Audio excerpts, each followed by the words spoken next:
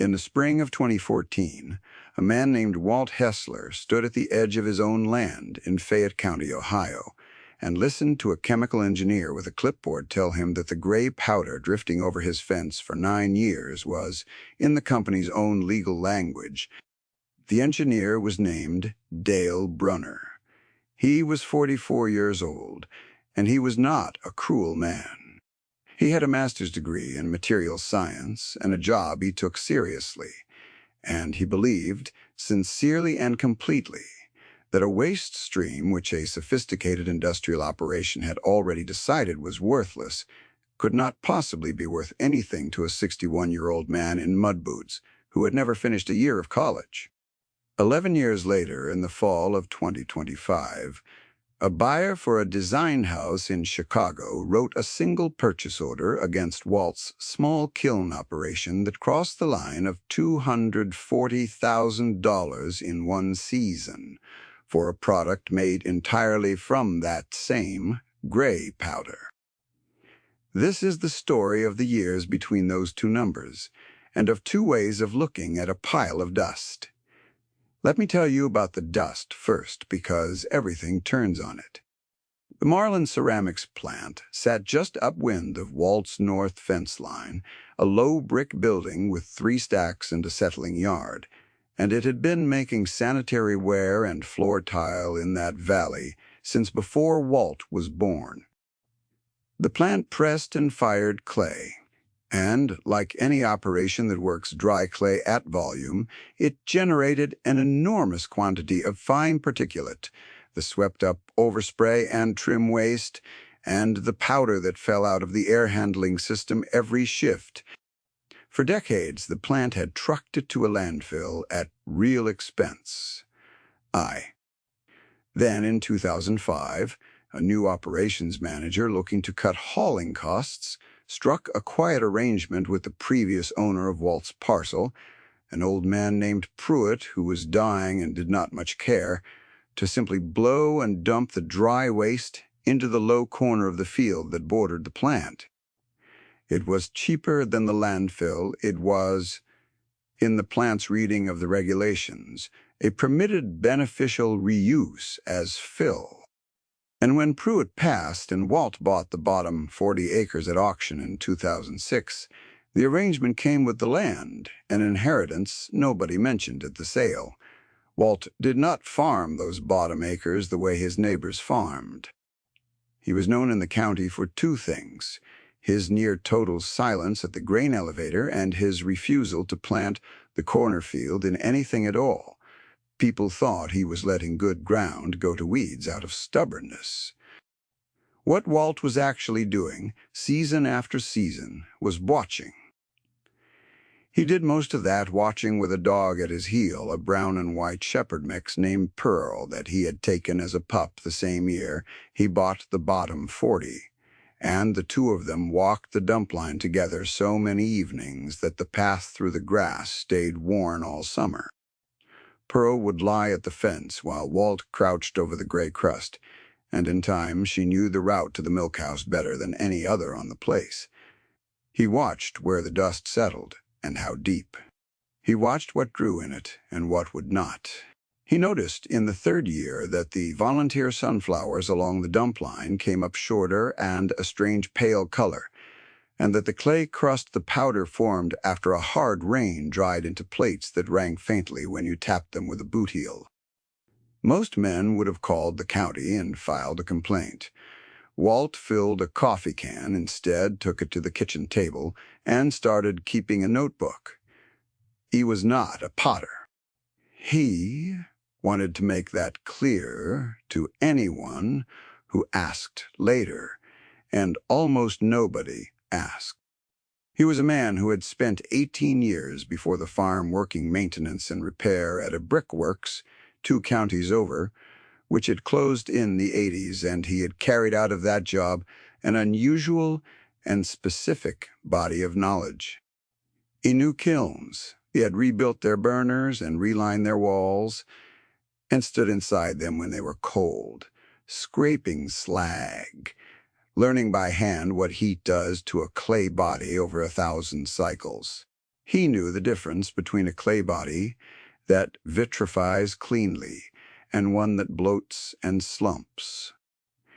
He had stood next to the body men, the ones who mix the recipes, and watched them argue ratios over a bench. And though he was only the repairman, he had listened the way a quiet man listens, and the knowledge had soaked in. He knew, in his hands, and not from any book, how a fired ceramic fails and why, and he had kept the temperature logs and the body recipe cards from the old brickworks in a tin box, because throwing them away had felt like throwing away the years. When the works closed, and the younger men scattered to other trades, Walt had taken the box home and set it on a shelf in the barn, and for 2 decades it sat there meaning nothing. A dead man's notes in a language only he still read, until the day the dust at the fence gave it back its purpose. Let me tell you what that knowledge let him see. Because it is the whole hinge of this story, the gray dust at his fence was not garbage. It was a highly refined, pre-processed ceramic raw material that an industrial operation had already spent money and energy to grind, screen, and partially calcine, and then had thrown away because their process had no slot to put it back into. The plant made one product, a standardized white-bodied tile, pressed to a tight specification, and anything that fell outside that specification, including their own dust, was simply waste to them, because their system could only see the one product it was built to make. Walt looked at the same pile and saw something his old Brickworks recipe cards had taught him to recognize. He saw a body that, blended right, would fire to a dense, slightly variable, naturally mottled stoneware with a hard ring and a low absorption rate. He saw, in other words, a tile. A better one, by a standard. Their machinery was not built to measure. What is waste to a system that can make only one thing is raw material to a person who can make another. He started small, the way careful men start.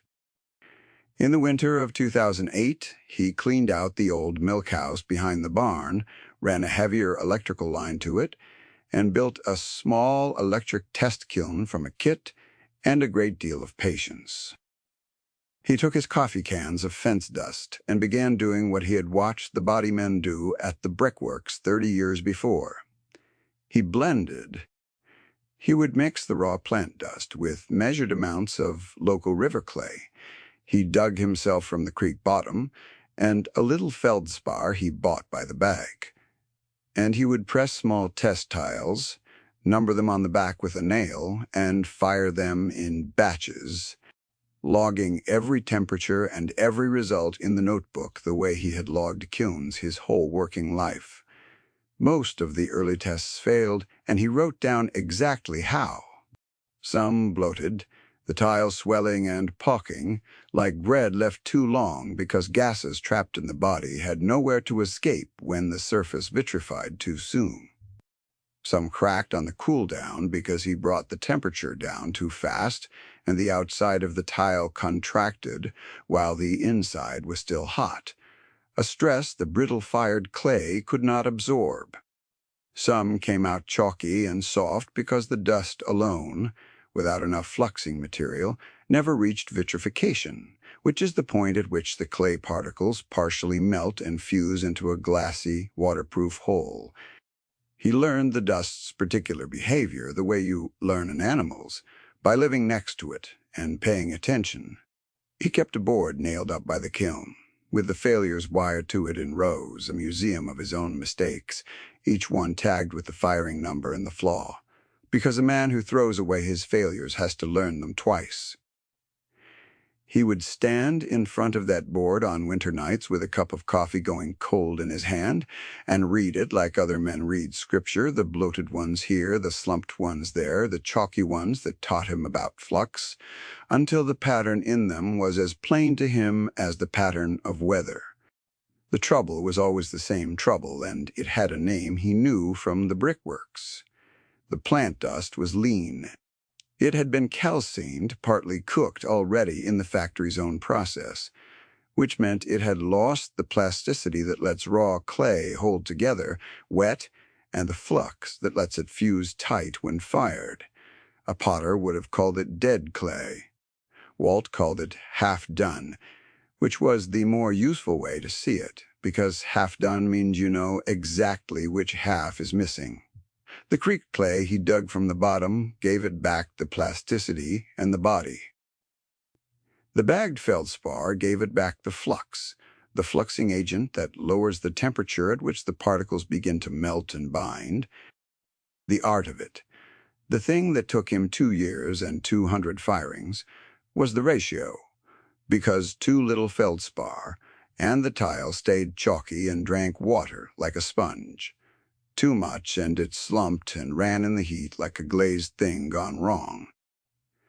Somewhere between 14 and 16%, with his particular dust and his particular creek, was the narrow window where it all came true. By the spring of 2010, he had a blend written on a card and taped inside the milkhouse door that fired reliably to a hard, dense, faintly gray-veined tile that absorbed almost no water and rang like a struck bowl when you flicked it. He made 100 of them. He laid them himself across the milkhouse floor, mixing the mortar in a wheelbarrow and setting each tile by hand with a level and a length of string, kneeling on a folded feed sack through 3 cold days in March. And then he did nothing with them for 2 years except walk on them and watch how they wore. This is the part the engineers never understood about Walt, and it is worth slowing down on. He was not in a hurry because he was not borrowing against the outcome. He owed nothing on the land. His pickup was a 1994 model he kept running himself. He had no investors waiting on a return and no loan officer marking a calendar, and so he could afford the one thing the industrial world almost never can. He could afford to be patient and to be wrong, cheaply, over and over, until he was right. Let me tell you about the man who came to the fence, because by 2014 the dust had become a problem for Marlin's Ceramics, though not the kind Walt had. A new environmental regulation had tightened the rules on exactly the sort of dry waste fill arrangement the plant had been running for 9 years, and the company, getting ahead of a possible inspection, sent a young compliance team out to survey the dump line and document that the material was inert and properly contained. That was how Dale Brunner came to be standing at Walt's north fence on a gray April morning, in clean company logo boots that had clearly never touched a working field, holding a clipboard and a sampling kit, explaining to Walt with genuine patience that the company would need access to test and likely to remediate the deposited material, and that Walt should understand the powder had no value and was simply a liability they were both now obligated to manage. Walt listened. He had a way of listening that unsettled people who were used to being agreed with. Then he asked one question. He asked Brunner what the absorption rate was on the dust-bodied tile when it was fired to 1200 degrees centigrade with a 15% feldspar flux. Brunner did not have an answer because the question came from a world he did not know existed. He recovered the way credentialed people recover by deciding the question was not serious. He smiled, not unkindly, and told Walt that he appreciated the homespun interest, but that turning industrial waste into anything usable was a matter of capital equipment and process control that was frankly well beyond what a man could do in a shed, and that Walt would be better served letting the company handle the cleanup. He used the word hobby. He said he understood the appeal of a hobby like this, but that there was a reason the plants treated the dust as waste, and the reason was that it was waste. He gestured at the dump line with the clipboard at the gray crust cracked into plates after the last rain, and he said the word, the way a doctor says a diagnosis, with the calm authority of a man who has never been wrong about anything that mattered to his career. He told Walt the company had spent real money studying this material, that he himself had run the numbers, and that there simply was no process, no economically viable process, by which a single individual could turn it into a saleable product. He was sincere when he said it. That is the thing to hold on to about Dale Brunner. He was not lying. He simply could not see the tile, because nothing in his training had given him eyes for it, and a man cannot value what he cannot see. Behind Brunner, one of the younger compliance techs had crouched at the dump line and was running the cracked clay plates between his fingers with a frown, the way a curious person does when something does not quite fit the story he has been handed, and Brunner called him back to the truck without seeming to notice he had wandered. Walt noticed. Walt noticed most things. Walt did not argue. He said only that the company was welcome to test their own pile, and that the pile on his side of the fence was his. Then he went back to the milk house and let the door swing shut on the smell of cold clay and fired stone that Brunner had stood 10 feet from and never once thought to follow.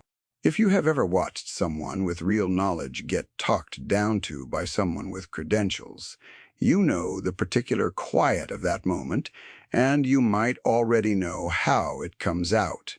Stay with me, because the way it came out took 11 more years and turned on a single number. Nobody at that fence could have guessed. Let me tell you about the foil, because every story like this has a neighbor, and Walt's neighbor was a good man named Cyril Tate.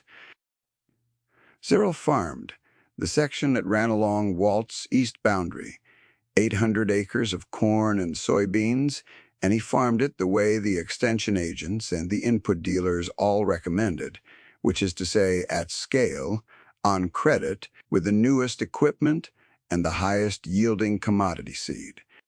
Cyril was not foolish. He was doing exactly what the entire apparatus of modern agriculture told him to do, and for years it worked well enough. In 2013, he financed a new self-propelled sprayer and a grain cart that together ran past $400,000, and he stood in his yard the day they were delivered with the deep satisfaction of a man who believes he is. Walt, who had no debt and a 1994 truck, looked like the poorer man by every measure Cyril's banker used. To the bank, Walt was a marginal account with idle ground. To Cyril, he was a friendly puzzle, a neighbor letting 40 acres sit while better farmers worked. Neither of them was looking at the milk house. I want to be fair to Cyril here the way the story has to be fair to him. He was not greedy, and he was not lazy.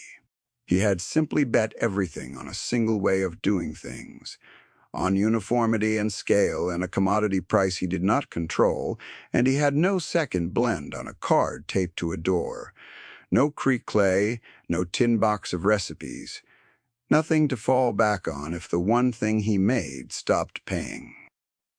His resilience was all on the surface, in the size of the equipment. Walt's resilience was buried in the diversity of what he knew.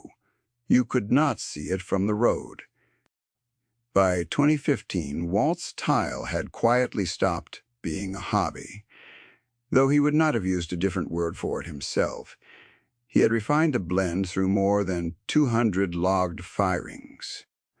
He had figured out that the natural variation in the plant dust, the very inconsistency that made it useless to an industrial line that needed every tile identical, produced a subtle, living variation in color and surface that no mass-produced tile could imitate.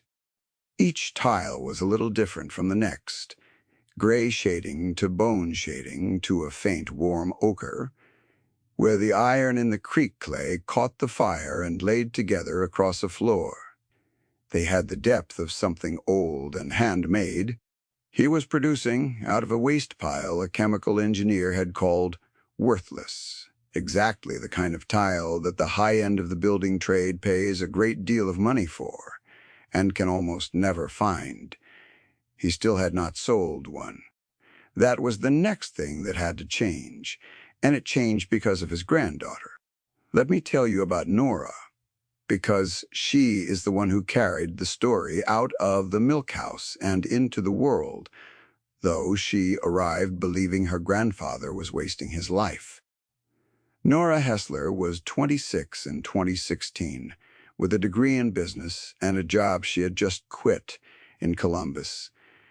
And she came back to the farm that summer, half to regroup, and half because her mother had asked her to check on Walt, who was getting older alone. She loved her grandfather, and she was also faintly embarrassed by him, by the silence and the old truck and the 40 acres of weeds. And when she first walked into the milk house and saw the floor of gray tile and the kiln and the notebooks, her first reaction was the same. She thought it was a sad old man's hobby. She said something close to that, gently, one evening at the kitchen table. She said she worried he was pouring himself into something that would never be anything, and that maybe it was time to just let the company clean up the dust and lease the bottom acres to Cyril. Walt did not defend himself. He never did. He just slid the notebook across the table and told her to read it, not as his granddaughter, but as the business person she had trained to be, and to tell him in the morning what she thought it was worth. She read it all night. She had the training Walt did not. And somewhere around 2 in the morning, the training started to argue with her embarrassment, because what she was reading was not the diary of a hobbyist. It was 8 years of rigorous, documented, single-variable testing, a complete and reproducible process for converting a free input into a finished product with no raw material cost, and she knew enough about margins to feel the floor tilt. She found herself doing the math in the margins of his notebook. The dust was free, the creek clay was free. The feldspar and the electricity and his own labor were the only costs, and against them she set the per-square-foot price she had seen on handmade stoneware tile in the Columbus Design showrooms, and the number that came out the other end did not look like a hobby at all. In the morning, she did not tell him it was worth a lot. She asked him to teach her to press a tile. That was the conversion, and it did not happen in a single line of dialogue, no matter how I tell it. It happened across that whole summer and the next, Nora in the milk house learning the blend by feel, learning to read the notebook, learning why the cool-down had to be slow, and what bloating looked like before it ruined a batch, slowly understanding that the thing she had pitied. There was a morning that turned her for good, though she did not know it was the morning at the time. She had pressed her first dozen tiles alone, proud of them, and Walt looked them over and set 3 aside without a word. And when she asked what was wrong with them, he showed her the faint lift at one edge where she had not pressed, even the place where a bloat would start in the kiln. She had not been able to see it. He had seen it across the room. That was when she stopped thinking of his eyes as old. She fought it for a while, the way smart people fight a thing that threatens what they think they know. She told him once, frustrated after a batch came out chalky, that this was folk wisdom, that there had to be a faster modern way, a supplier, a spec sheet, a process you could buy. Walt let her say it. Then he asked her to find him the supplier who sold a tile that looked like the milk house floor, and she spent an evening on her laptop, and could not, because there wasn't one, because the thing he made could not be bought at any price from anyone who made things by the thousand. That was the night the word hobby died in her mouth for the last time. She brought her own knowledge to it too, which is how these things are supposed to go between generations. She understood branding and cost accounting and how to reach a buyer, and she began carefully to build the small bridge between the milk house and the market that Walt had never wanted to build himself. She photographed the floor in raking morning light so the variation showed. She learned to say in a sentence what Walt could only show with a fired tile in your hand. She kept her own ledger, now beside his firing notebook, and where his tracked temperatures, hers tracked costs and prices, and the slow first trickle of inquiries, two notebooks on the same table, two kinds of knowledge finally riding toward the same number. They named it after the creek, a plain name Walt would say out loud, and they made a deliberate decision that would have horrified Dale Bruner and every operations manager at Marlin Ceramics. They decided never to scale beyond what the dust pile and the two of them could produce by hand. They would make a limited number of square feet a year, sell them at the high price that genuine handmade scarcity commands, and never borrow $1 to do it. Nora had run the numbers and understood something the industrial world structurally cannot understand, that the value was in the variation and the scarcity and the story, and that the moment you scaled it up and made it uniform, you would destroy the only thing that made it worth anything. The plant could not make money from the dust, because the plant could only make uniform things. Walt could make money from it precisely because he refused to. Which brings us back to the question of who can actually judge a tile.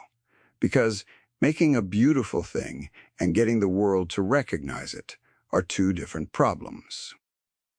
The recognition came in 2019, and it came from a woman named Priya Anand, a senior materials buyer for a Chicago design house that supplied architects and high-end builders, who was in central Ohio scouting reclaimed barn wood and heard, the way buyers hear things, that there was an old man near the river making.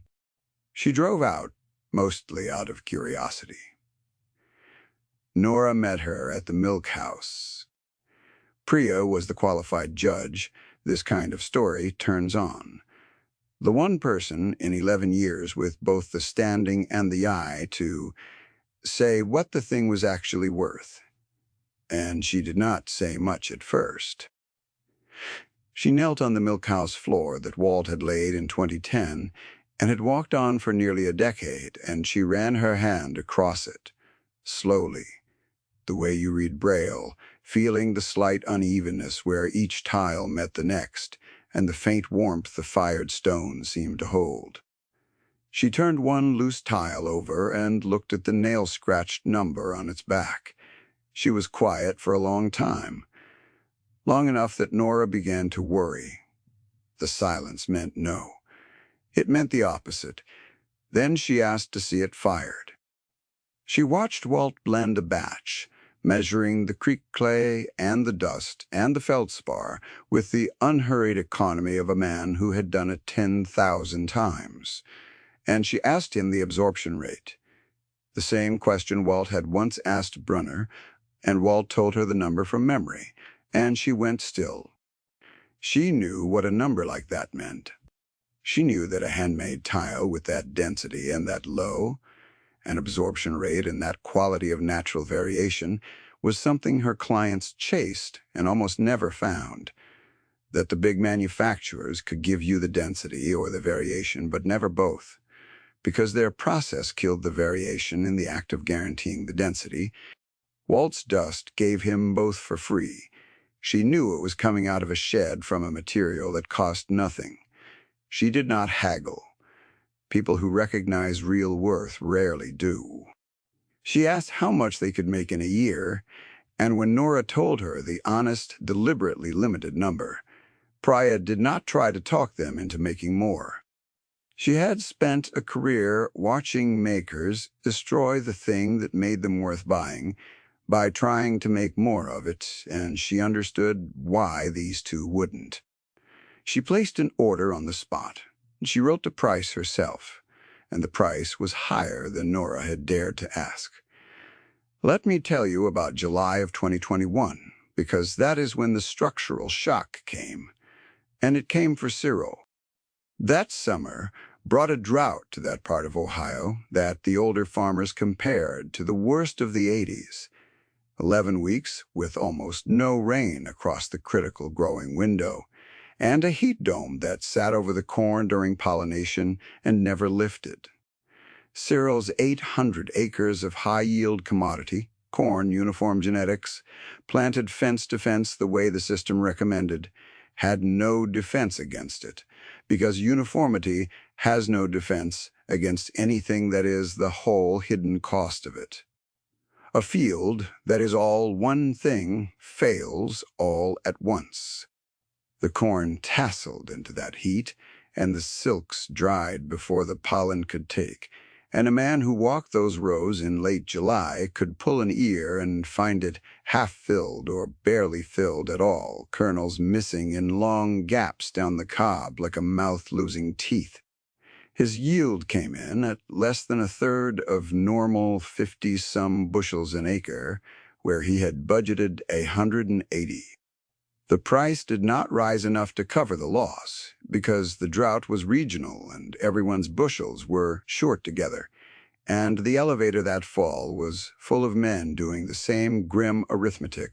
Cyril sat in his yard next to the $400,000 sprayer he was still paying for, the machine immaculate and idle, because there was nothing left worth spraying, and did the arithmetic of a man who has done everything right and lost anyway. He had spent the better part of $500,000 to farm at scale, and the scale was exactly what broke him, because there was nothing in 800 acres of the same plant that could hold when that one plant failed. I want to be careful here because it would be easy and wrong to make Cyril a fool. He was not a fool. He was a casualty of good advice, the kind of advice that works until the year it doesn't, and the bottom 40 acres of gray dust that everyone had pitied Walt for owning had that same summer no exposure to the drought at all, because Walt's product did not depend on rain. The dust fell the same in a dry year as a wet one. While Cyril's 180 bushels came in at 50, Walt and Nora fired and shipped every square foot they had planned to. The drought, no more than weather seen through a window, and the order book for the next year was already full. His input was indifferent to the weather that had broken his neighbor. That is what diversity buys you, and it is invisible until the year it is the only thing that matters. The same dry summer brought one more visitor, because the tightened regulations had finally caught up with Marlin Ceramics, and the company was now under a real order to characterize and remediate every place it had dumped its dust, including the corner of Walt's land. And so Dale Brunner came back to the north fence, 11 years older, a senior man now, with a younger team behind him and the same clipboard, to take the samples the company was finally legally required to take. Let me tell you what he found when he got there, because this is the reveal, and it deserves to be told slowly. He found the dump line largely gone, not remediated by the company, but used up. He found Walt and a younger woman he did not recognize loading flat, paper-wrapped pallets onto a delivery truck, an old shepherd dog, Gray, now around the muzzle, lying in the shade of the milk-house door watching the work, and he found, when he asked what they were, he found the milk-house floor.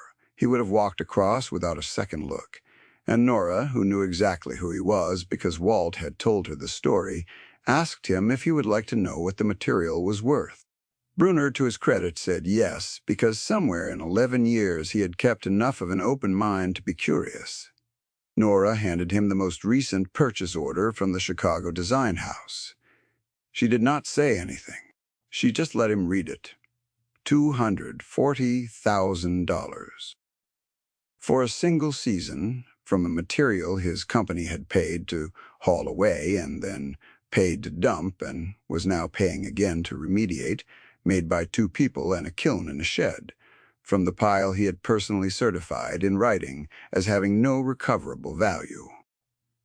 Brunner stood there and read it twice. The number landed on him with a weight out of all proportion to the ink it was printed in, because it was not really a number about money. It was a number about everything he had been certain of at that fence 11 years before, every assumption his training had handed him, about who knows things and who does not, about what a model can measure and what a man in mud boots can see. He had been sincere. He had also been completely wrong, and the proof was in his hand. He did not bluster. That is the part that matters, and it is the part that keeps this from being a story about a fool. He was a serious man, and serious men, faced with a fact, eventually update. He was quiet for a while. Then he asked Walt a question, and it was not a buyer's question or an engineer's question. He asked if he could see how it was done. Walt, who had never once said, "I told you so," and did not say it then, opened the milk house door and let him in. Let me tell you what happened in the years after, because the niche this story belongs to is not about a single number, satisfying as the number is. It is about what a person does once they have been proven right. Walt and Nora did not get big. They held to the limit they had set, and that discipline turned out to be the most valuable decision they ever made, because the scarcity kept the price high and the work kept its meaning. Then they did something else, something that is the real point. Walt began to teach.